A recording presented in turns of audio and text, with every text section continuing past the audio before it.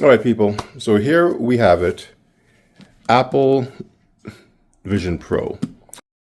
Now everybody scream enough respect to the X. Enough respect given.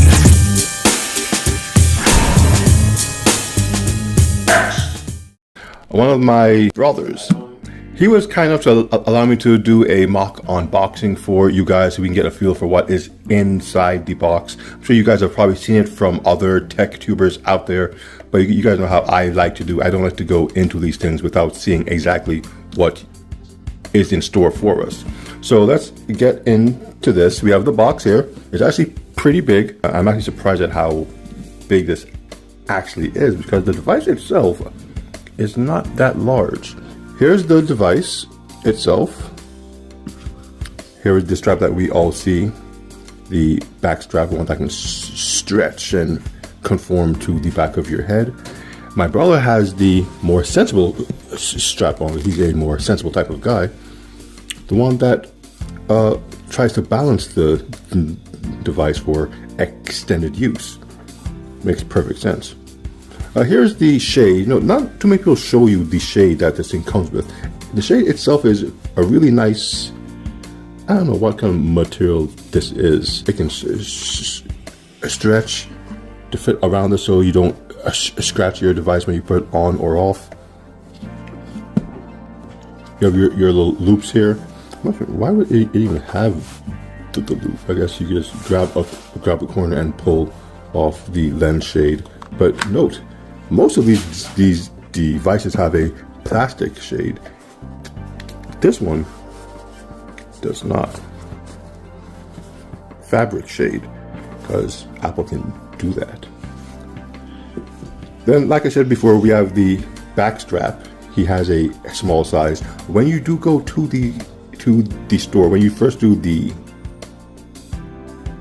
demo, it's not just for you to see how the device looks or how it acts when you're in it. They're actually taking your measurements for your eyes, for your head, for everything else. So if you do decide to make the purchase that day, everything that you just did gets sent to the back room, and they actually put this together for you back there. And they even put the seals on the box, so it looks as if it's brand new straight from the factory, when in fact it's straight from the back room. Now here you have the headset itself.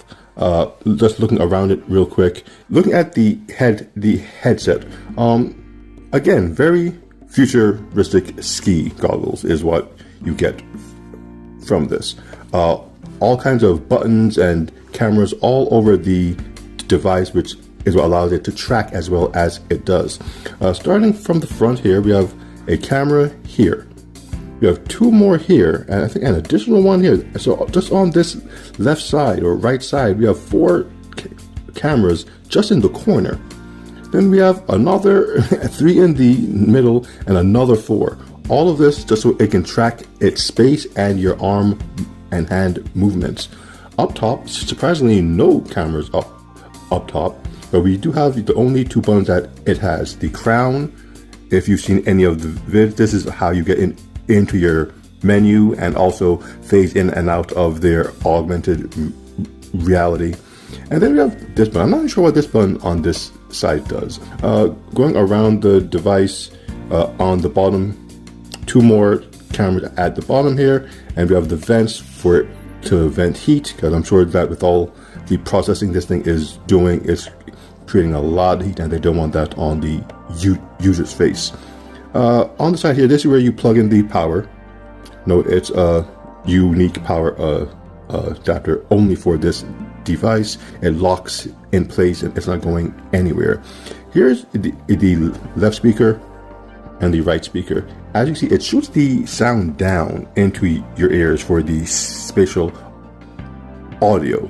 And whatever they used in here, whatever drivers that they have, perhaps the ones from the AirPods Pro or the AirPod Max, they do a really good job of getting the sound where it needs to go. You really feel like you are immersed in the audio when you're in one of these immersive environments.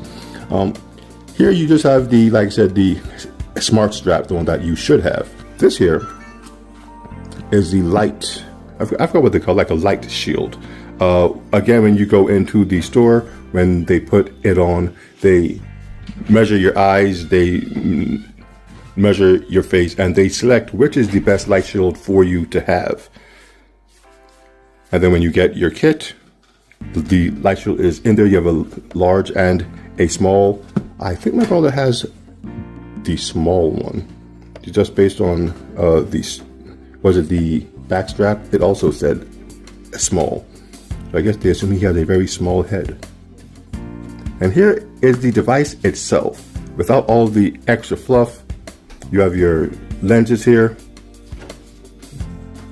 You see, it's not really that big of a device. Once you take off the light shield, it's actually pretty slim. Very akin to the MetaQuest Pro, if you've ever seen one of those. That also had the pancake lens and the flat outer screen, though it didn't have a screen. It was just a glass. This one has a whole OLED screen on the outside. At least I think it's OLED. It might just be LCD. But this is the actual device itself. None of the extras, just boom. And as always, Apple makes quality stuff, so it feels weighty. It feels quality. It feels like the price it is, expensive. But that's pretty much what it comes with. It's very much like an iPhone or an iPad, you know, it's what Apple does. It's right in line with those other products. A very, I guess, unique unboxing experience for a very unique device. With that all done, let's see what it's like to use one of these. I'm going to move this over here so you guys can kind of see what I'm doing in there on the TV. Where everything goes. Press the button. All right. Now that's what I'm seeing. So we have our menu pretty much overlaid on the world perfectly.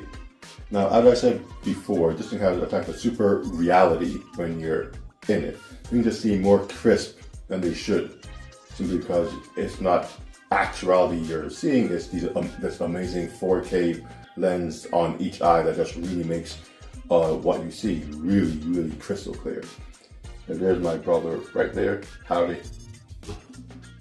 So we're in here. Let's see what we have that the store wouldn't allow us to actually see. Because when you go to the store, they have a set demo they're supposed to show you. And they don't really allow you to veer off that path. You know, it's do this, do that, see what it can do, and hopefully buy it.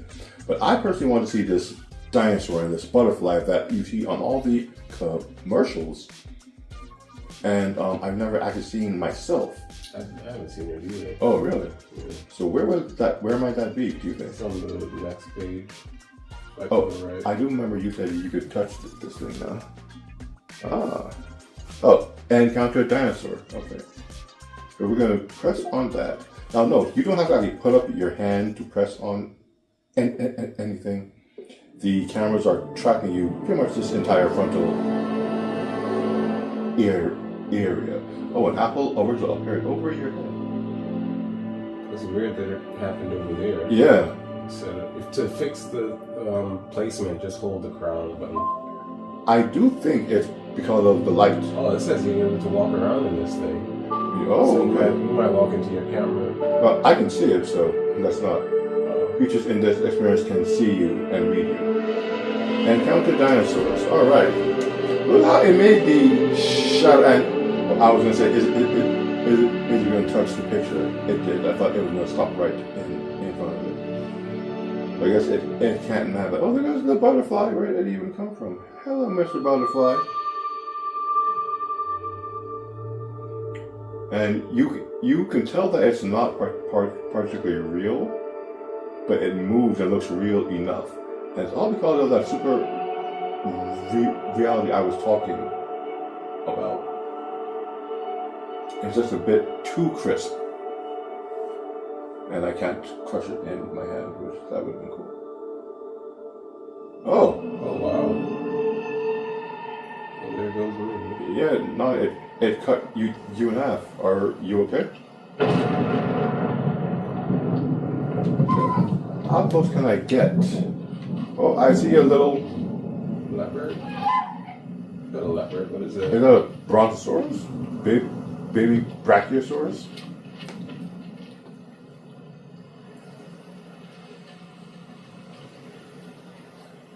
And again, if nothing else, if you take nothing else away from this device, is the clarity. The pixelation is down to a minimum. There's nothing there. It's not easily seen by the naked eye. It moves smooth. This is about 120 hertz, maybe 144. You know what? I gotta say, I'm kind of nervous. Ain't nothing over here looking. You can actually walk around? Yeah, it looked at me walk around. Oh, but you can't walk too far. Yep, it's tracking me. Oh, wow. Well, there's another one.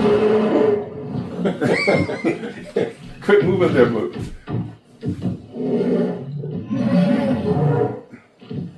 Oh, there's two. Are they gonna fight? Let them fight. Oh.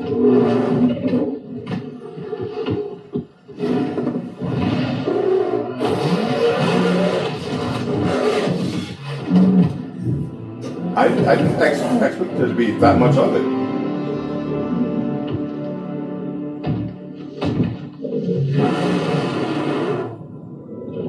That was it?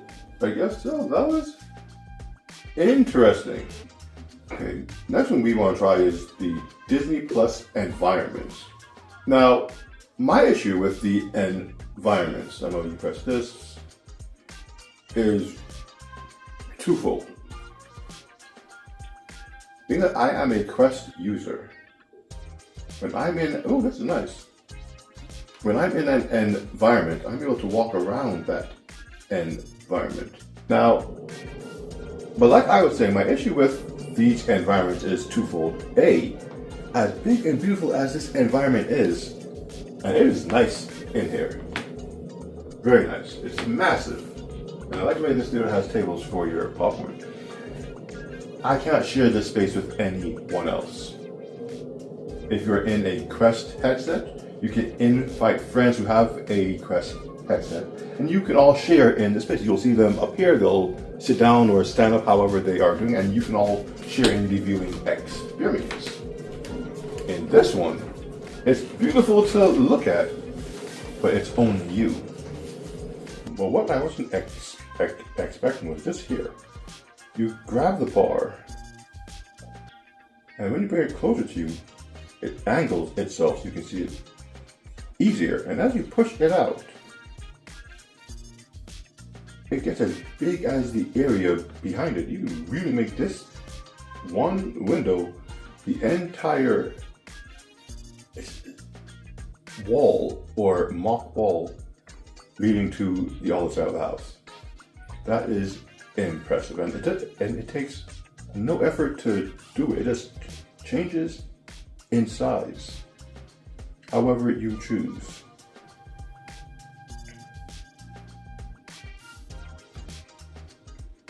Well, I got it. This is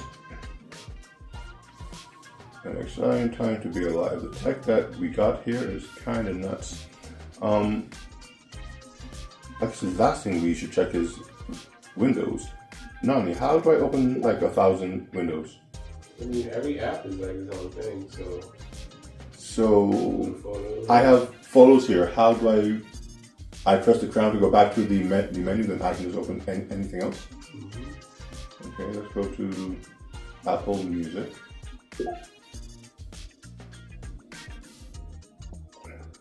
Okay.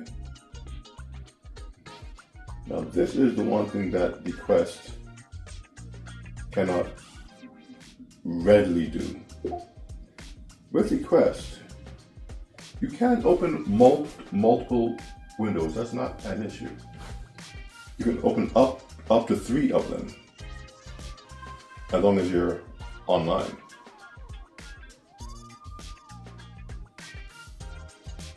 With this one, you simply open apps. And the apps appear wherever they appear. There doesn't seem to be any kind of order where they, or how they appear. They just appear in their own window. And I'm sure you guys can see on the TV what I'm seeing. I'm now surrounded by 4 separate apps. In the Quest, you only do this with your web browser. Open multiple windows. And if you don't have the precise web browser, you aren't able to open the windows in separate areas. They just kind of link and wrap around you. A very nice effect to be sure, but this is way more, as I say, immersive. You have everything you need to do around you. And though I do wish the force feedback when you touch things was there. But like I can do all of this, but I don't feel like I touched this pencil.